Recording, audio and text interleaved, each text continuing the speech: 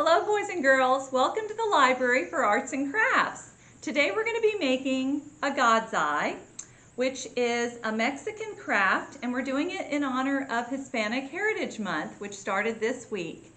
And we're going to be using yarn and scissors, and you'll need some sticks. This one actually was made from sticks out in the yard, but you can also use popsicle sticks.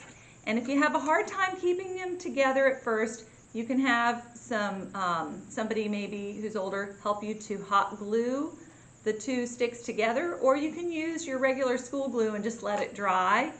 Or you can put them together like this, and I'll show you how to wind the yarn and hold the sticks together without any glue at all. So I guess I'll start with teal. You can use whatever color yarn you happen to have around the house, and it's nice to mix different colors together. So if you put your sticks together like this, and then just take your yarn and wrap it around a couple of times, and then turn your sticks and then wrap them around a second time. And then push your sticks back together. That will hold your sticks together, and you just do it a couple more times, and that's your center, and that's really what locks your sticks together. And I've got that little piece of string that I'll pull around to the back, the start of the string. So now now that I've got it where it won't come apart, I'm gonna just start winding the yarn around each spoke, and I can turn my sticks as I go. And I'm just going around one time, and then I spin it. Just like that. And it's kind of making a little star pattern. You can sort of see on the front side. So then you just wrap around and spin, wrap around and spin. If I hold it up, maybe you can see better. Just one wrap around each spoke. And now I think it's time to switch to a different color. So I'm going to cut my teal string or yarn and just hold it in the back. And maybe I'll do gold.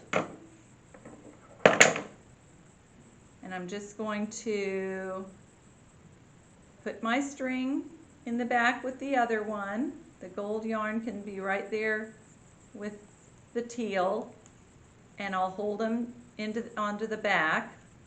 And once again, I'm wrapping around and spinning, wrapping around and spinning, and those extra pieces of yarn will get trimmed off at the end, and they won't matter.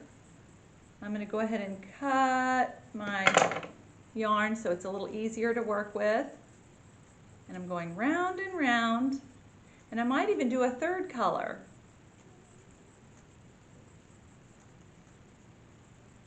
So it's easy to do once you get going, and it's fun.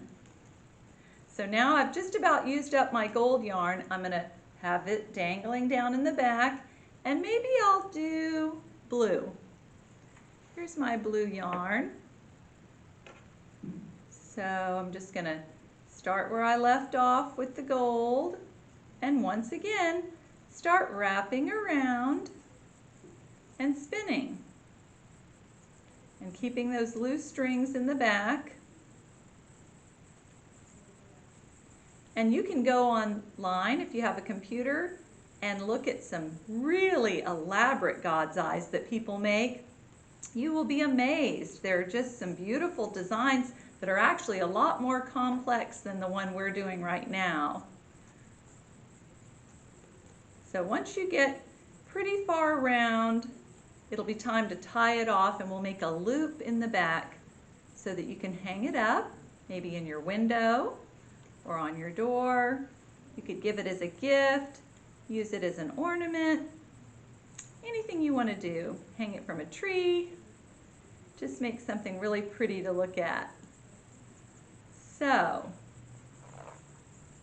there's that. I think I have room to add one more color even, but I want to show you how it's turning out. How about I add some red? Red is nice and bright and cheerful. So now I'm going to hold that end string again on the back and just wrap around as I go. And all those little loose ends won't show, and I can trim them off at the end anyway, but they're going to be in the back. And I'm starting to get to the end of my sticks, so I probably should go ahead and trim this off, and I'll show you how to tie the loop. So I think what I might do is, well, hold it up so you can see what I'm doing. I'm going to have it looped around my finger, and then I'm just going through kind of like I'm tying a knot, and let it tie it to the God's eye. And I'm going to do that again so that it makes a true knot.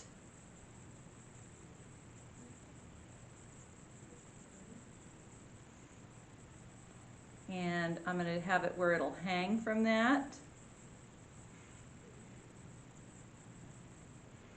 And I'm just going to have to set it down. Your mom or dad could help you with this if you need to, if it's a little tricky tying the knot. But you basically just make a knot in the back, and then you can hold it up and trim off all the little extra pieces in the back so you don't see those. And then you've got your loop that you can use to hang it.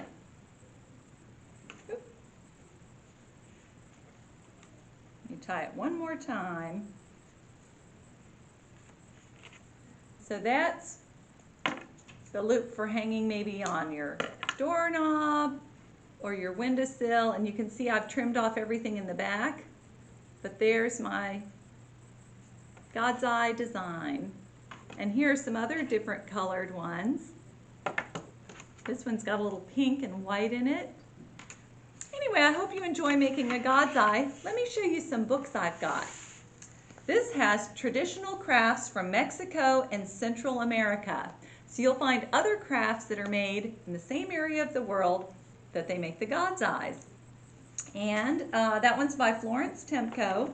Here's The Culture and Crafts of Mexico by Miriam Coleman. These have some really interesting crafts and some great pictures too. You can find out how they make, there was an interesting one in here I wanted to show you. Oh, I know, it's in this one, a piñata. How to make a piñata is something interesting maybe, because you may have had a piñata at a birthday party where you try to hit it, break it, and get all the candy and treats out of the middle. The piñata. This book has a map in it, and it shows you all the different countries where the crafts come from that are in the book. So these are fun, and I've got some books with folk tales and fairy tales and other short stories from Hispanic cultures. This one's Horse Hooves and Chicken Feet, Mexican Folk Tales by Neil Phillip. One story in this book is called The Flea, and it's about a magician, a man who's a magician, and he has a daughter. She falls in love with a boy and she wants to marry him. But her father says you can only marry him if the boy can outsmart me. Well, of course, he's a magician, so that's going to be hard to do. But you'll have to come and get the book to find out if the boy has been able to outsmart the magician. And here we've got Paco and the Giant Chili Plant, written by Keith Pilato. And this one is a takeoff of Jack and the Beanstalk. Here's The Coyote Under the Table by Joe Hayes. This one is told in Spanish and English. And here we've got Whiskers, Tails, and Wings, Animal Folk Tales from Mexico by Judy Goldman. So I hope you'll come and check out a book and maybe make a God's eye. Thanks for joining me. Bye-bye.